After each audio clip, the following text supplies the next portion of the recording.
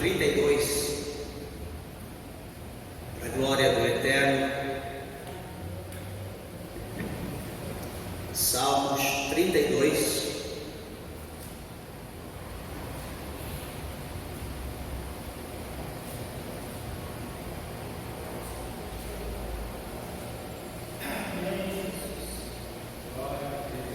Apenas 2 versículos, meus irmãos. Salmos 32, o versículos de número 8 e o 9.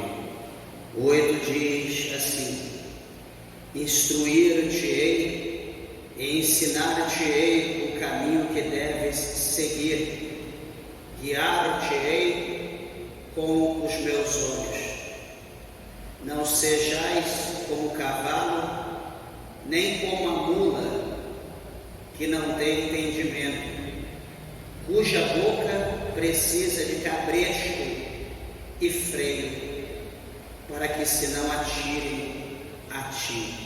Amém? Só esses 2 versículos. Vamos orar, vamos apresentar nossas Bíblias, ler a palavra de Deus no céu. Levante a tua mão, vamos orar, peça para que Deus fale conosco. Eterno Deus, maravilhoso, eterno e bom Pai, aqui está, Senhor, a tua palavra. Meu Deus, a tua palavra que é fiel, que é digna de toda honra, de toda glória, de todo louvor, adoração. Amado Deus, o Senhor é fiel, o Senhor é poderoso. Meu Deus, o Senhor conhece a tua igreja, a necessidade do teu povo.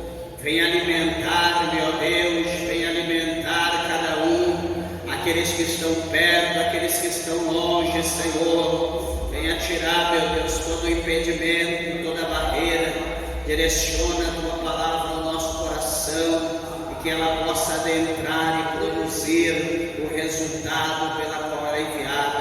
Fala conosco, meu Deus, em nome de Jesus, para a glória de Deus. Amém. Meus irmãos, podeis assentar, desocupe vossas mãos, dê uma salva de palmas para Jesus.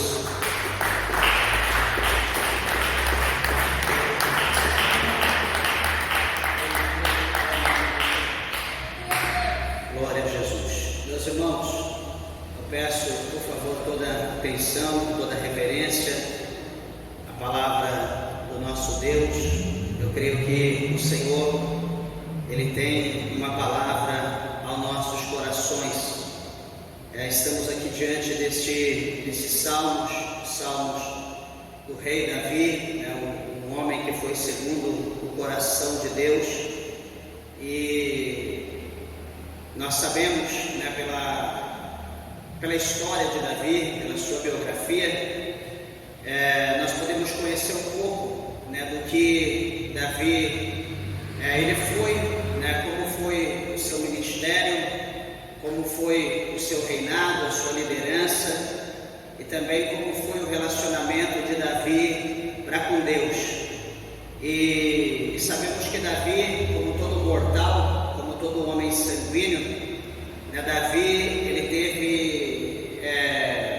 cometeu, na verdade, muitos pecados, muitos erros, como todos nós cometemos.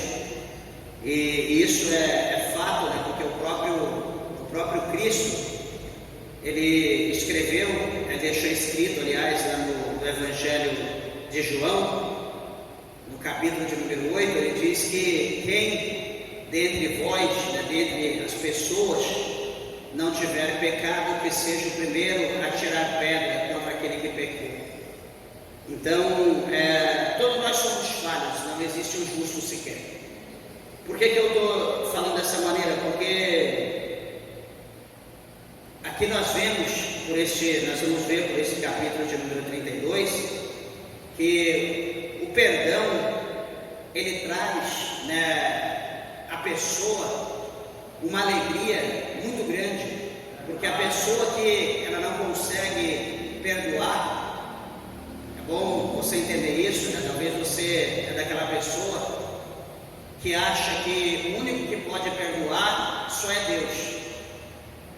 Tem muita gente assim, pessoas que não têm o conhecimento, pessoas crentes, eu estou dizendo, pessoas que não conhecem a Bíblia, pessoas que estão dentro da igreja, Infelizmente, a pessoa não tem o conhecimento e diz: o único que pode perdoar é Deus, eu não perdoo ninguém.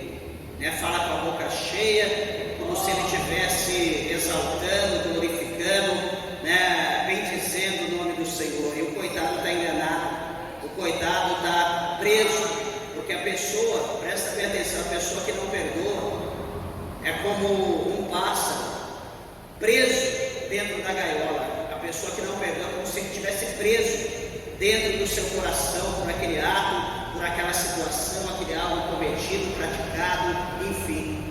E o salmista aqui, ele mostra para nós que somente o perdão pode trazer à pessoa liberdade, pode trazer à pessoa alegria.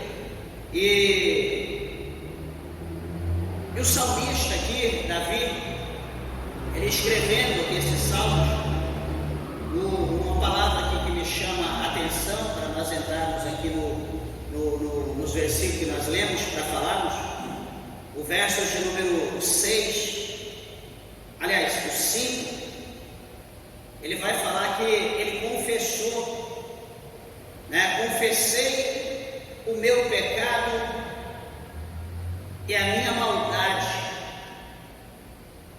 E ele continua dizendo: não encobri, dizia eu, confessarei ao Senhor as minhas transgressões, e tu perdoastes a maldade do meu pecado. Meus irmãos, isso aqui é algo muito interessante, que nós precisamos entender que na nossa trajetória, no nosso dia a dia, todo homem, todo ser humano é passivo de pecar. Não existe um justo sequer, como eu já falei e repito. E o salmista aqui, ele está mostrando para nós que ele, como homem, como rei, como homem segundo o coração de Deus, que talvez aos olhos da nação de Israel era aquele que estaria menos propenso para errar, menos propenso para pecar, porém ele era um exímio pecador como todos.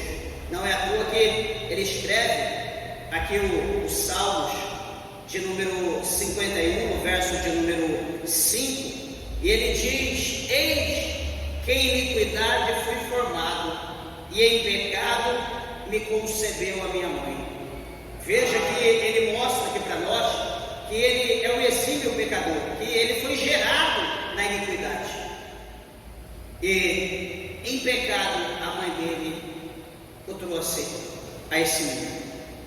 Então ele sabia que a sua raiz era raiz pecaminosa, ele sabia que os seus frutos seriam frutos pecaminosos,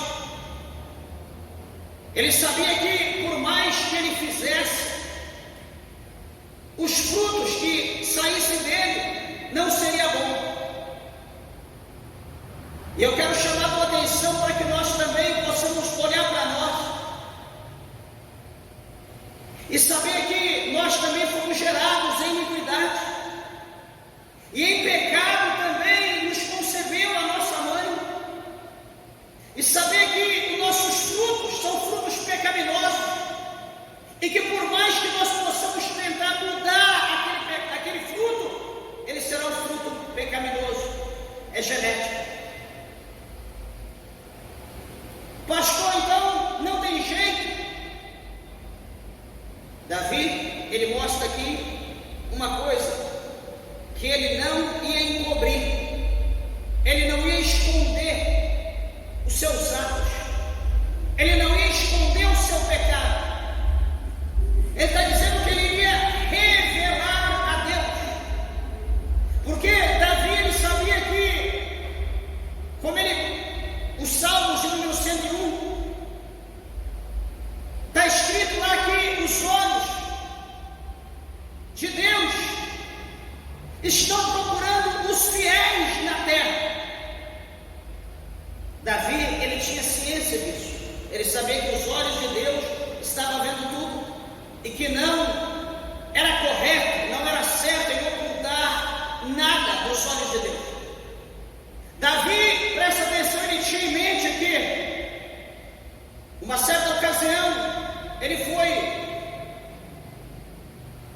questionado por um profeta, a ordem de Deus, esse profeta foi até Davi. Esse profeta vai dizer: olha, Davi, eu tenho que te propor 3 coisas.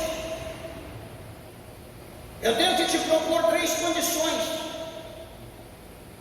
E tu vai analisar uma das 3, vai escolher apenas uma, e vai me dar resposta para que eu fale aquele que me enviou a ti. Aquele profeta, resumindo, ele vai dizer: olha, você escolhe pelo teu pecado, o que você cometeu, você escolhe cair na mão dos teus inimigos, é uma opção. A segunda opção, que a peste venha sobre ti, sobre o teu povo, sobre a nação. Ou a terceira, que tu caia na mão de Deus. Escolhe uma das 3. Davi, então, ele analisa, ele examina, ele vai dizer: eu prefiro cair na mão de Deus. Porque eu caindo na mão de Deus, eu vejo misericórdia em Deus. Porém, se eu cair na mão do homem não há misericórdia. Porque, meus irmãos, quando a ira do homem se acende, o homem, ele fica cego. Não há limite para o homem agir. Ele só ficará satisfeito quando ele executar aquilo que está no seu coração, na sua mente. Só que, porém, nós vemos pela palavra de Deus que o Eterno, até na sua ira, até no seu juízo, Davi entendeu que havia misericórdia. Até na ira de Deus, até no juízo, na correção de Deus, havia misericórdia. E por isso que Davi, ele diz: confessarei ao Senhor as minhas transgressões, e o Senhor iria perdoar, no caso, a maldade do meu pecado. Então Davi, ele está mostrando aqui para nós que ele confessando o seu pecado, ele iria alcançar a misericórdia da parte de Deus na sua vida. E isso é um exemplo para mim, é um exemplo para você. Porque quantas das vezes todos nós, até criança, juvenil, jovem, adolescentes, senhores, senhoras, idosos, todos nós, há dentro do homem uma parte do judiciário, há em nós uma parte de juiz. E que essa parte, ela não provém de Deus, é uma parte que é nossa e que já é da nossa genética, que já foi gerado na época da iniquidade, isso já foi colocado ali. Então todo homem já nasce com um pouco de querer ser juiz. Por que ser juiz? Para julgar situação e situações. E veja bem, meus irmãos, que falando em julgar, o apóstolo São Paulo, na sua missiva, ou na sua carta, no capítulo 2 de Romanos, lá no versículo de número 1, o apóstolo Paulo está dizendo, ele vai falar de uma forma geral, para tu ou para vocês, ó homens, presta atenção, para vocês, ó homens, ele está falando vocês que são julgadores, vocês que julgam as pessoas, e achando que pelo fato, presta atenção, e achando que pelo fato de vocês julgarem as pessoas, vocês ficarão fora do juízo de Deus. Isso é preocupante, isso é interessante, isso cabe naquela parábola que Jesus falou, daquela pessoa que está olhando para o cisco que está no olho do seu irmão, do seu próximo. Ele está ali olhando, tem um cisco no teu olho, você tem que tirar esse cisco do teu olho, olha o cisco. E quando o irmão olha para ele, no olho dele tem um galho inteirinho no seu olho. Quer dizer, ele estava preocupado com o cisquinho no olho do próximo, mas ele esquece que no dele, ele não vê que no dele há um galho. Qual é maior, um cisco ou um galho? Então, Paulo ele diz: você que julga, você acha que por você julgar, você escapará do juízo de Deus? Presta atenção, por que Paulo está dizendo isso? Porque nós, meus irmãos, porque o homem em si, ele julga, presta atenção, ele julga pelo que ele vê, ele julga pelo aquilo que ele pressente, ele julga por aquilo que ele acha, ele julga por algo que disseram a ele que ele não tem certeza. Enfim, o julgamento do homem é um julgamento vazio, é um julgamento cheio de achismo, é um julgamento que não se pesa de uma forma justa. Só que no versículo 2, no capítulo 2 e no 3 de Romanos, no capítulo 2, no capítulo 2, verso 2 e 3, o Senhor ele revela, por intermédio do apóstolo São Paulo, que o juízo de Deus é diferente do juízo do homem. Porque, como eu falei, nós julgamos pelo que vemos, ouvimos, enfim. Só que o juízo de Deus, a Bíblia diz que Deus, ele julga segundo a reta justiça. Ele julga segundo a sua palavra. É diferente o juízo de Deus, porque, meus irmãos, porque Deus não vê por fora. Deus não olha se está aberto, se está rachado, se está longo, se está curto. Deus, ele vê a intenção do coração. Deus, ele conhece o coração do homem. Porque, presta atenção para você entender como que eu vou julgar. Veja como que eu julgo. Vamos dar um exemplo. Vamos usar uma irmã. Vem uma irmã, ela vai vir para o culto e de repente ela quer chamar a atenção de alguém. Ela está na sua casa só e ela quer chamar a atenção de alguém. Como que ela vai chamar a atenção de alguém na igreja?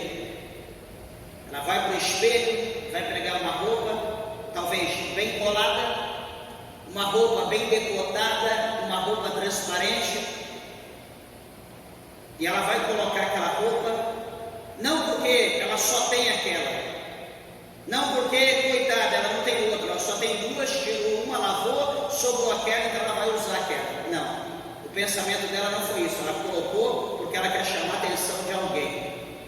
Ela vai pôr uma saia, ela vai escolher uma saia transparente, ela não vai pôr uma combinação, ela não colocará uma roupa íntima decente, talvez nem coloque uma roupa íntima, ou coloque uma roupa íntima a mais vulgar possível, e então coloca um salto, né, que tem que subir numa escada para entrar dentro do salto, e então ela vem para a igreja, e ela vem daquele jeito, como diz Isaías, cascavelando. E aí, vai beber água, volta, vai beber água, volta, como se fosse só passadela. Vai no toalete, volta, vai no toalete, volta. O que vai acontecer? Alguém vai dizer: não, eu conheço a irmã, eu só sei que ela tem aquela roupa. Muitas pessoas podem olhar e falar: está querendo chamar atenção. Cada um vai fazer um tipo de juízo. Só que o que vai acontecer? Vamos ignorar todos os nossos pensamentos, o nosso peso de justiça, e vamos olhar para Deus. Senhor, o que o Senhor diz? Deus vai dizer, na casa dela, ela toma o banho e diz: vou arrasar hoje, vou colocar uma roupa porque eu quero chamar a atenção de fulana, de fulano, de um obreiro, do ministro, do pastor, eu quero chamar a atenção de alguém. Então, quer dizer, qual é o juízo de valor correto? O nosso ou o juízo de Deus? O de Deus, porque Deus conhece o pensamento, Deus conhece a intenção do coração, Deus sabe o verdadeiro motivo da razão pela qual ela veio, ela está dessa forma. Deus o conhece. Então o apóstolo Paulo está dizendo que Deus ele julga da forma correta. Davi aqui ele mostra para nós que ele vai confessar ao Senhor todas as suas transgressões. Davi não vai manter nada em oculto. E o que nós estamos falando acerca do perdão? Que o perdão traz o quê? Alegria. O perdão traz liberdade. Tanto o perdão para uma pessoa, como o perdão para uma família, quanto o perdão para uma comunidade, como o perdão para toda a igreja. A pessoa sente-se livre, a pessoa sente-se vazia, tranquila, em paz. Ela sente como se estivesse liberta, não haverá nada acusando-a. Porém, se não houver o perdão, se não houver a oportunidade da pessoa confessar o seu pecado, ela vai ser escrava do diabo, ela será escrava do pecado todos os dias da sua vida até a morte.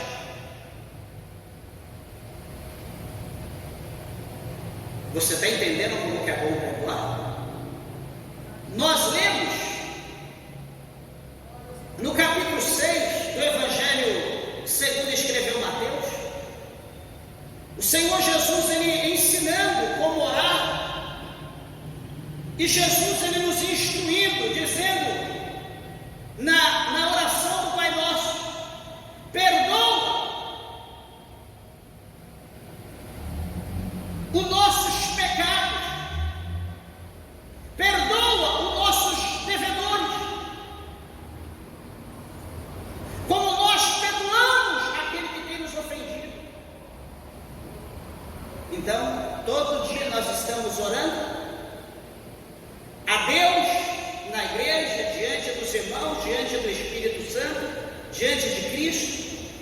Nós estamos orando: Senhor, me perdoa porque eu perdoei o meu irmão, Senhor, me perdoa porque eu perdoei a minha irmã, quando na verdade nós estamos sendo hipócritas. Nós não perdoamos ninguém. Nós dissemos: quem perdoa é Deus, eu não perdoo ninguém não. Talvez você conheça alguém que ore o Pai Nosso, ou que reze o Pai Nosso, e que fale de perdão no Pai Nosso, mas que não perdoa ninguém. Esse é o hipócrita, é o verdadeiro hipócrita. Ele fala, mas as suas ações não condiz com o que ele fala.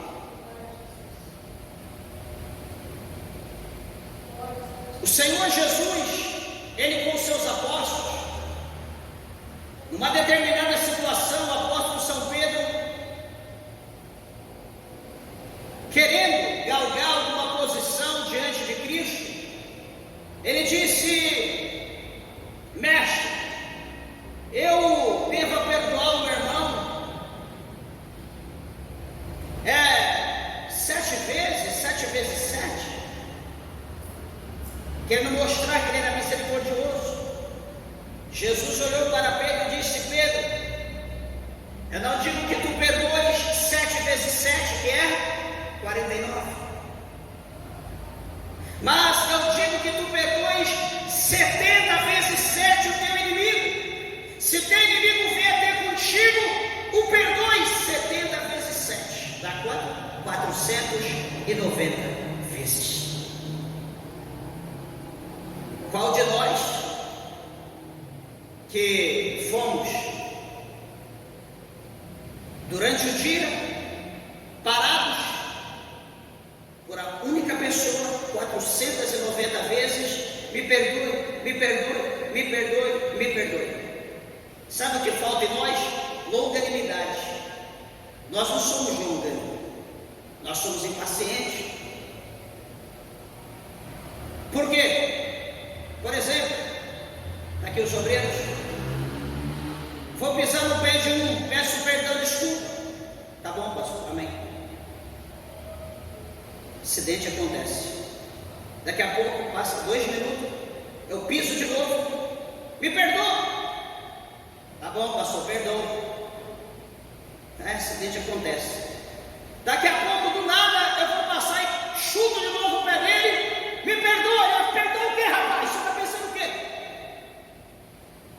Primeira vez, tudo bem. A segunda, a terceira, estourou. A bomba estoura. Cadê a nossa longanimidade? Exatamente. A longanimidade é um dos frutos do Espírito, que está em 5:22 de Gálatas. Ser longânimo, ter paciência, ser misericordioso. Nós não somos, nós precisamos. Porque sem esses, nós não entraremos no reino do céu. A pessoa impaciente, a pessoa de pavio curto, ele não vai entrar no reino do céu. É impossível que entre. Pastor, mas eu não consigo mudar. Certamente, nada nós podemos. Nós só temos que ter força de vontade e procurar fazer o que é correto. E o Espírito de Deus, por intermédio da palavra, ele vai trabalhar, ele vai nos moldar, ele vai trabalhar, vai nos forjando. Quando nós menos imaginarmos, nós estaremos uma bênção, como a Bíblia, como a palavra de Deus manda. Jesus, ele disse que sem mim nada podeis fazer. Tem gente que diz: eu não consigo, não dá, eu não tenho jeito, sei lá, eu não nasci para isso, não dá certo. Mas o que você vai fazer? Eu já tentei uma, duas vezes, não deu certo, eu parei. Aí eu pergunto: mas você quer mudar mesmo? Aí eu pergunto: mas você queria fazer isso mesmo? Sabe aqui, né? As pessoas estão cobrando de mim. Deus abençoe, Jesus. As pessoas estão cobrando, será que... Meus irmãos, tudo na nossa vida nós temos que ter força de vontade. Pastor, eu sou exímio pecador. Sim, todos nós somos. Pastor, eu queria ser liberto, o que eu faço? Peça ajuda, peça perdão a Deus. Senhor, eu quero me livrar desse pecado, eu quero me livrar desse câncer espiritual. Senhor, eu quero me livrar desse demônio, Senhor, que me oprime, que me escraviza. Senhor, me liberta. E vai orando, vai pedindo. Daqui a pouco você tropeça, cai. Senhor, me ajuda, eu caí de novo, eu tropecei, eu errei, me ajuda. E vai procurando fugir, se distanciar da aparência do mal. Sabe por quê, meus irmãos? Olha o que acontece com as pessoas. As pessoas levantam a mão para Cristo, as pessoas adentram a casa de Deus. Presta atenção. Aceitam Jesus, se batizam. Pronto, sou santo. Coloquei um terno, coloquei uma saia, um vestido. Pronto, sou santo. Meus irmãos, aceitar Jesus é o princípio, é o início para a obra de Deus começar a ser feita na nossa vida por intermédio do Espírito Santo. A santificação não é uma coisa que acontece quando nós aceitamos Jesus. A partir dali é o ápice. Mas a santificação, ela é uma obra contínua enquanto nós existimos nessa terra. E nós precisamos procurar todos os dias a santificação. Nós precisamos procurar todo dia a obediência. De que forma? Examinando a palavra de Deus, olhando para a palavra de Deus, porque a palavra é como um martelo. Ela vai batendo, vai forjando, vai quebrando, vai tirando a impureza, vai tirando a casca, vai tirando a sujeira, até que fica como Deus quer. Eu já tentei uma, duas vezes, deu certo, eu deixei de mão. Sabe o que é isso? Você é um derrotado, desculpa eu falar. Você não quer ver mudança em espécie alguma. Mas esse negócio de ser crente para mim não dá. Mas você já aceitou Jesus? Não. Eu falei: como que não dá? Porque fulano está assim, está assado, está cozido. O problema é do fulano. O teu negócio é com Deus. A salvação é individual. Não é Ele que vai te salvar, Ele vai para o inferno. Mas você precisa escapar pela tua vida. Salvação é coisa pessoal, é emergência. Nós precisamos dela hoje, amanhã, todos os dias da nossa vida. E nós temos que lutar por ela. Outra coisa que é interessante, que o salmista ele diz no versículo de número 6 aqui do Salmos 32. Olha que interessante. Primeiro ele está falando do pecado dele. Ele está falando que ele vai confessar o Senhor, e ele vai alcançar misericórdia, porque ele vai revelar o que está dentro dele a Deus. Ele vai pedir perdão. Olha o que ele diz no versículo de número 6 agora, Salmos 32, 6. Ele diz: pelo que todo aquele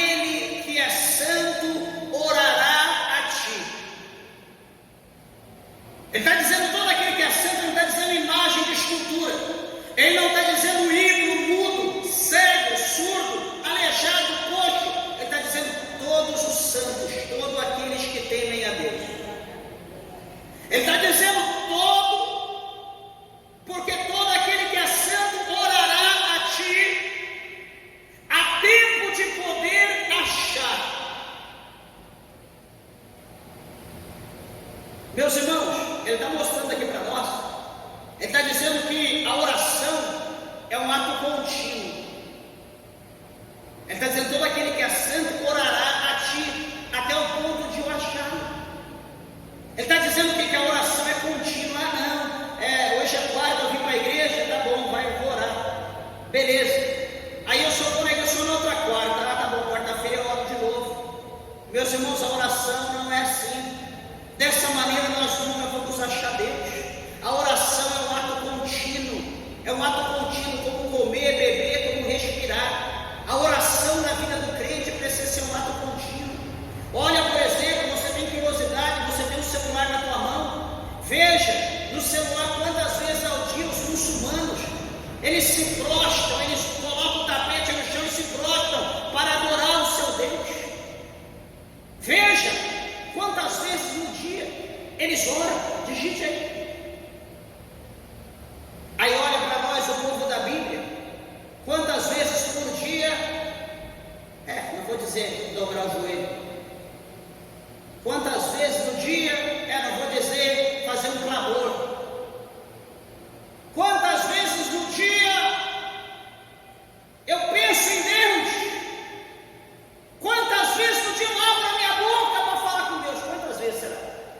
Se brincar, tem gente, desculpa, que passa o dia inteiro e não lembra de Jesus, não lembra de Deus, não lembra do versículo da Bíblia, não lembra de dar um glória a Deus, um aleluia, não lembra de nada de Deus, esquece que ele é crente, comete atrocidade, comete pecados, como qualquer ímpio que seja do seu lado, dando risada, participando de chocarrice, de piadas, de brincadeiras que não é conveniente para crente, e está tudo bem. Só que o salmista está dizendo: todo aquele que é santo orará a ti a tempo de poder achar. Lá no capítulo 18 do Evangelho de São Lucas, a partir do verso 1, Jesus ele conta uma parábola. Jesus ele fala sobre o dever de orar sempre e nunca desfalecer, orar sempre, ou seja, orar de uma forma contínua. Aleluia. Meus irmãos, a necessidade, está aqui minha esposa, ou seja, nesses momentos ela estava comigo, mas no meu trabalho, sempre minha vida foi muito corrida. No meu trabalho eu precisava orar, não tinha jeito, bastante gente na sala. Eu saía da sala, ia no toalete, dobrava meu joelho, colocava a cabeça na parede, orava: Jesus, tem misericórdia da minha alma, me ajuda na minha consagração, no meu jejum, me livra do pecado. Senhor, me batiza com teu Espírito Santo, eu quero ser batizado. Me dava ali uns 5 minutos no máximo, levantava: me perdoa, Jesus. Saía e voltava para o meu trabalho. Quantas vezes eu fiz no dia isso, esse ato, dentro do carro, na condução, metrô, trem, ônibus. E quantas das vezes nós temos oportunidade, estamos em casa, infelizmente a nossa ação, a nossa atitude está para um computador de mão, um tablet, um smartphone, uma televisão, ou enfim, algo do gênero. E a gente está ali dando risada pelo que está lendo, pelo que está vendo, pela palhaçada que está diante dos nossos olhos, e nós não lembramos de nos consagrar 1 minuto, 10 minutos, 1 hora a Deus. Só que detalhe, quando o cinto aperta, a gente lembra da promessa, a gente lembra que a gente é crente, a gente lembra que tem a igreja, a gente lembra que tem alguém que ora. Meus irmãos, só que detalhe, peraí, você pode chegar na tua casa agora, presta atenção, com fome. Eu quero comer um arroz, um feijão. Você pode ter a comida lá, presta atenção, você pode ter a comida lá em grão, a granel, ela não está pronta, você está morrendo de fome. A comida está lá, você vai ter que esperar o momento do cozimento. Você vai prepará-la, você vai esperar ali o cozimento do feijão, 40, 50, uma hora. Você vai esperar o tempo do arroz, 20 minutos, meia hora no máximo. Você vai esperar o tempo da carne. Ou seja, você está morrendo de fome, mas o preparo até você comer vai demorar mais ou menos 2 horas. Para quem está morrendo de fome, 2 horas é uma eternidade. O que eu quero, onde eu quero chegar? Que o milagre que nós precisamos, a bênção que nós precisamos, a vitória que nós precisamos, nós estamos precisando agora, é para já. Só que detalhe, é pensado, é contabilizado diante de Deus a nossa continuidade. Para nós chegar na bênção, é 100 passos. Você tem que dar 100 passos. Exemplo, você tem que dar 100 passos. A bênção está ali, ó. Eu tenho que dar 100 passos até chegar nela. Ah, dei um. Ah, está frio. Fica tranquilo, descansa. E cada dia você tem mais desejo da bênção. Cada dia você mais precisa dela. Mais você vai precisar dela. Daqui a pouco você vai deitar na rede, descansa. Daqui a pouco você dorme até tarde, descansa. E você não está andando. A bênção não vai vir, você tem que ir. Daqui a pouco chega o desespero, chega a loucura. Eu quero a minha bênção, Deus, pelo amor de Deus. O Senhor vai falar, falta 98 passos ainda. Não adianta você se desesperar, rolar igual porco. Faz o que você quiser. Deus não vai agir.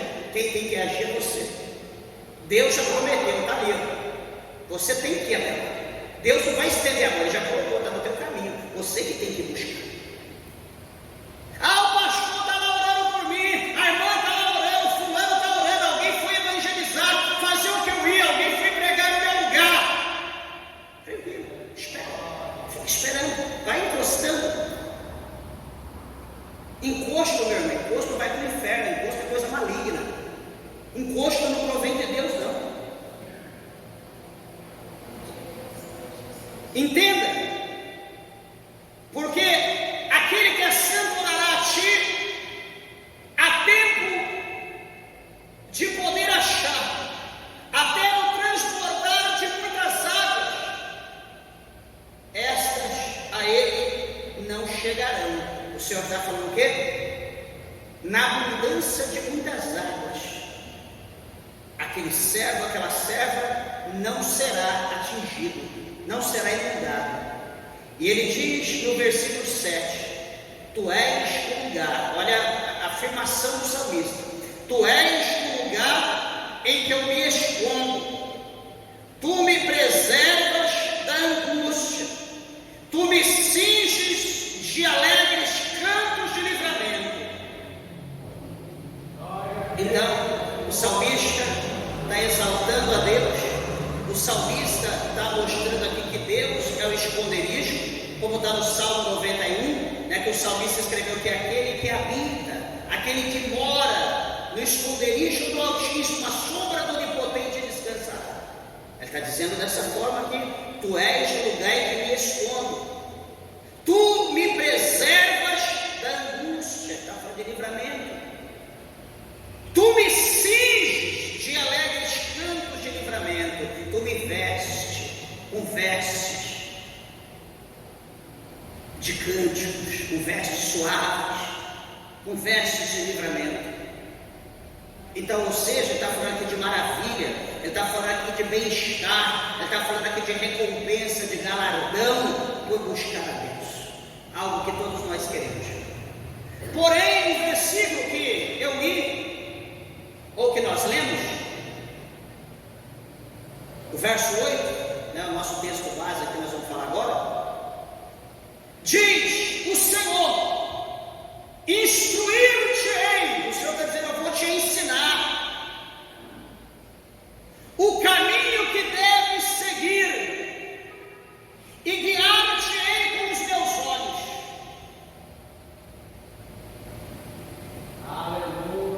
Eu vou ensinar a você o caminho que você deve andar, e eu vou te guiar com os meus olhos. Amados irmãos, essa palavra aqui, instruir e ensinar, O Senhor está mostrando para nós aqui o amor, o zelo que Ele tem por nós. Nós como uma criança, nós como uma pessoa analfabeta espiritual, que não temos o conhecimento, que estamos à mercê do vento desse mundo para nos levar para qualquer lugar. O Senhor está dizendo: olha, eu vou te ensinar. Fica tranquilo, servo. Fica tranquila, servo, eu vou te ensinar. O Senhor está dizendo para ele: olha, eu vou ensinar para você o caminho que você deve seguir. Meus irmãos, o profeta, um dos profetas maiores, ele escreveu dizendo que os teus ouvidos ouvirão a palavra que está por detrás de ti. O que ele vai ouvir? Ele continua dizendo: este é o caminho. Este é o caminho.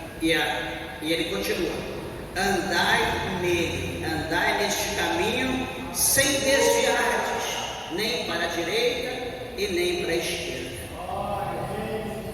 Jesus está reunido com os seus discípulos, no capítulo 14. E Jesus, como já foi dito aqui pelo cooperador, Jesus fala acerca da sua ida ao céu, de preparar lugar, de fim de levar, enfim, todo aquele processo de mudança. E daqui a pouco alguém olha para Jesus e diz: mestre, mas como nós iremos para algum lugar, nós não sabemos o caminho, nós não estamos vendo. Jesus vai dizer para eles: olha, na verdade, Jesus diz, eu, na primeira pessoa, ele diz: eu sou o caminho, a verdade e a vida. Ninguém vai ao Pai se não for por mim, diz o Senhor. O que ele disse? Eu sou o caminho. Então aqui o Senhor está dizendo o quê? Ensinar-te-ei o caminho que deve seguir. E quem é o caminho? Jesus diz: eu sou o caminho. E o Senhor está dizendo aqui que Ele vai ensinar, o que Ele vai guiar como? Com os seus olhos. Por que com os olhos, meus irmãos? Porque os olhos é que nós enxergamos aonde nós pisamos. A Bíblia diz que os olhos é a candeia do nosso corpo. Se os nossos olhos forem luz, todo o nosso corpo será iluminado. Todo o nosso corpo será luz. O nosso corpo será uma glória. Mas presta atenção, Jesus disse: se o nosso corpo, aliás, se os nossos olhos forem trevas, quão densas trevas será o nosso corpo? E o Senhor está dizendo aqui: guiar-te-ei com os meus olhos. Ele não diz: os meus olhos estão como chamas de fogo, contemplando os bens e os bons. Os olhos do Senhor estão como chamas de fogo por toda a terra, contemplando tanto os maus quanto os bons. Provérbios 15:3. Por toda a terra estão os olhos de Deus, iluminando e também fazendo juízo. Mas o versículo que nos chama a atenção é o versículo de número 9. E o conselho do Senhor, presta atenção, igreja, o conselho do Senhor é: não sejais como o cavalo, nem como a mula. Pastor, como o cavalo ou como a mula? Mas eu sou ser humano. Meus irmãos, o Senhor está mostrando aqui que, por mais que somos racionais, por mais que nós pensamos, que nós raciocinamos, às vezes as nossas atitudes são piores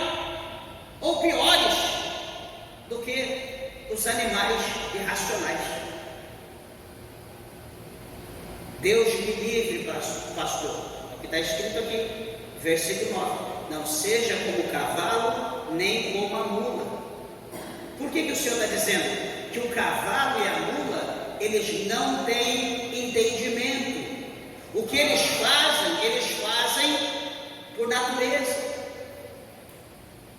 Eles não fazem pensando, eu vou pensar, eu vou fazer isso, porque se eu fizer assim, vai acontecer isso. Eles não pensam, eles não raciocinam.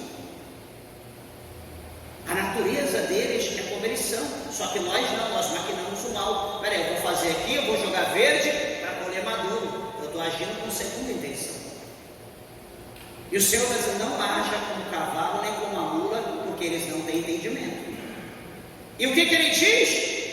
Que eles precisam de cabresto e de freio, para que se não atirem de ti. O que quer dizer isso? Para que se não se distanciem, para que não se escape, para que não fuja do dono. Então ele precisa de cabresto e de freio, porque se não tiver cabresto e freio, quem vai pegar um cavalo? Quem vai pegar uma mula? Se não tiver o laço, se não tiver alguma coisa que o segure, que o prenda.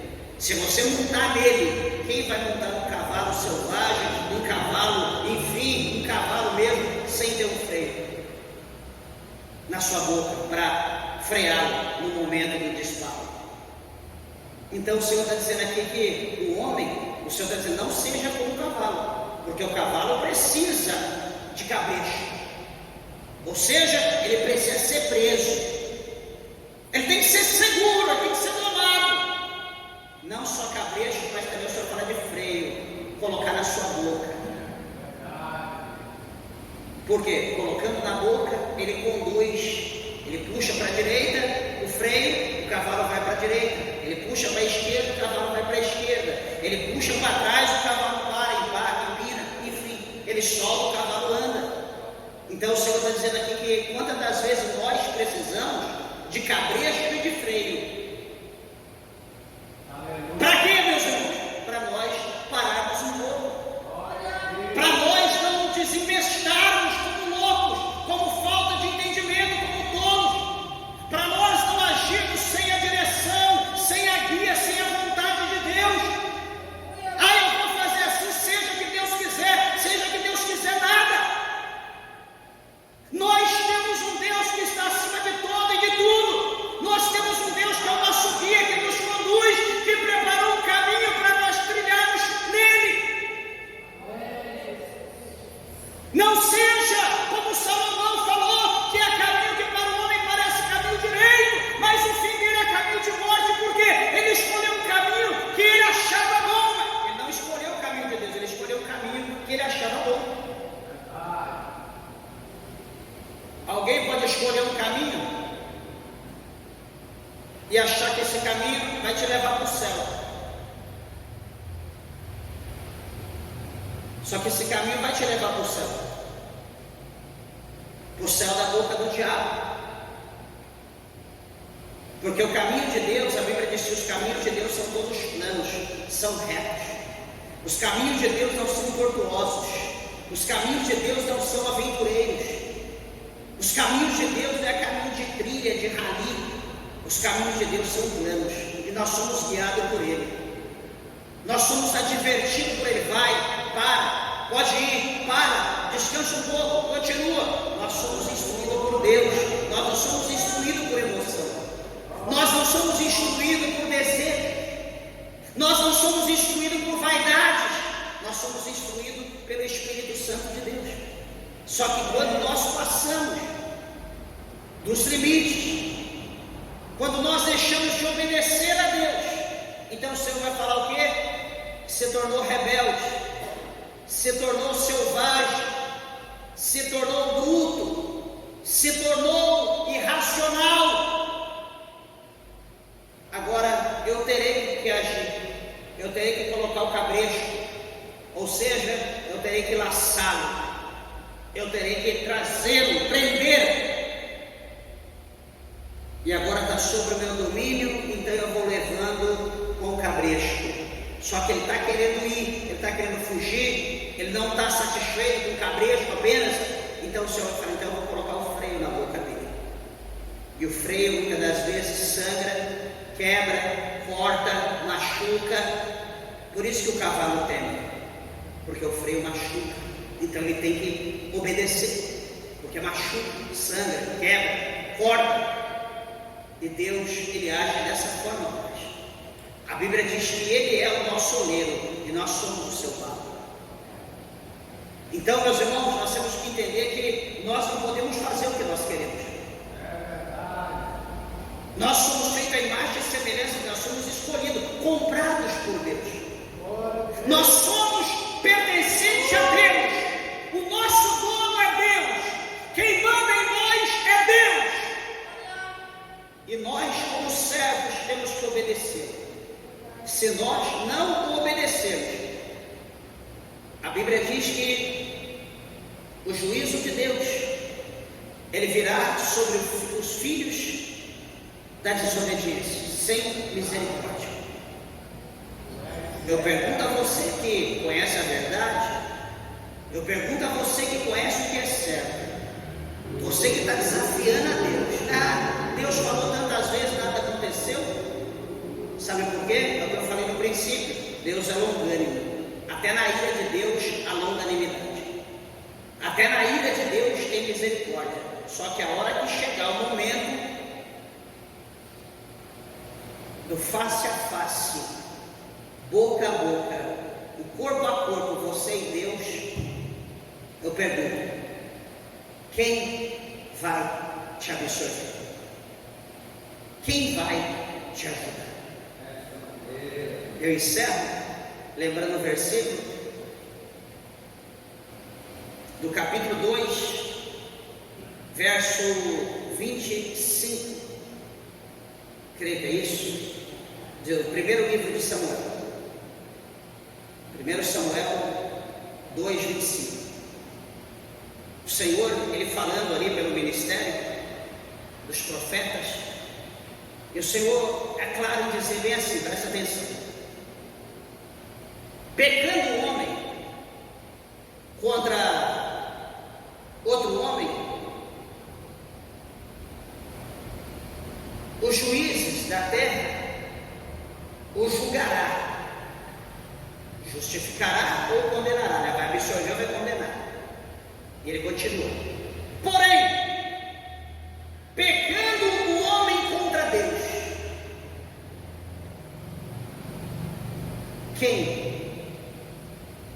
quem vai justificar? Quem vai se levantar para dizer: opa, para esse não, eu vou no lugar dele? Jesus já fez isso. Jesus já fez. Ele já fez o sacrifício por nós. Só que nós não podemos abusar, nós não podemos desprezar o que Jesus fez por nós. Nós não podemos. Então, meus irmãos, em nome de Cristo, analise essa palavra com amor, analise essa palavra com zelo, perdoe, confesse os teus pecados, persevere na oração, buscando a Deus, até a vitória chegar. A vitória chegou, continue orando para a próxima, não desanime, não desista, e não saia do caminho, não desvie do caminho, porque o caminho que o Senhor aqui disse que Ele ia preparar, Ele preparou. O caminho foi Cristo, e é Cristo que nos conduz, é Ele que nos caminha, que nos guarda, que nos leva por campos verdejantes. E saber que com Ele temos luta, prova, processos, mas também nós somos mais do que abençoados. E saber que a nossa redenção hoje está mais perto do que isso. Amém, meus irmãos? Que Deus, o Senhor, possa abençoá-los e que o Espírito de Deus possa falar mais aos vossos corações. Amém? As horas se foram, as palmas bem alegre, exalta e glorifica o nome do nosso Deus. Bem alegre para Jesus.